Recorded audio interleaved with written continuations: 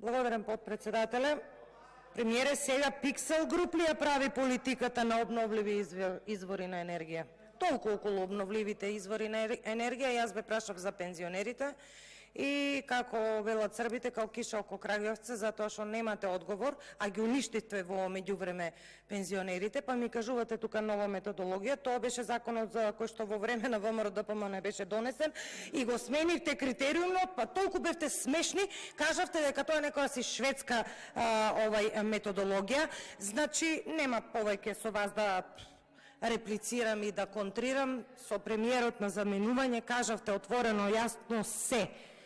6 месеци ефтин предизборен подкуп, многу големо подценување на една огромна група на граѓани кои што многу добро разбираат, се им е јасно дека ова го правите за политички поени, дека дури овие средства кои што ги давате за така наречен пакет кој што кој 1000 денари, кој 2000 денари, се задолжувате. Така да можам само да им се обратам на пензионерите и да им кажам: овие 1000 денари кои што ова најнеспособна влада во Република Македонија ќе ви ги даде, земете си ги, но да знаете дека овие пари се задолжуваат и вашите идни и нашите идни генерации, а се останато нормално оди во приватни джепови.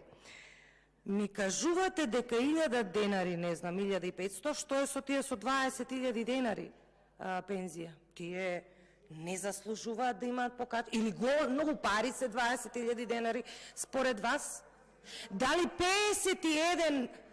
само 51 земјоделски пензионери имаме во Република Македонија? Дали тоа не ве загрижува како податок? Па зборувате за субвенции за земјоделие. Значи да заклучам дека на инфлација над 50%, на покачена струја над 50%, 1000 денари не значат ништо, но многу кажуваат за вас како очајна влада која што веќе ги изгубила сите конци и не знае што да направи друго освен да го задолжи населението за да фрли некој динар и да ги потцени, повторно ќе кажам, пензионерите кои што само 6 месеци ќе зимат, и тоа не сите, по 1000 денари.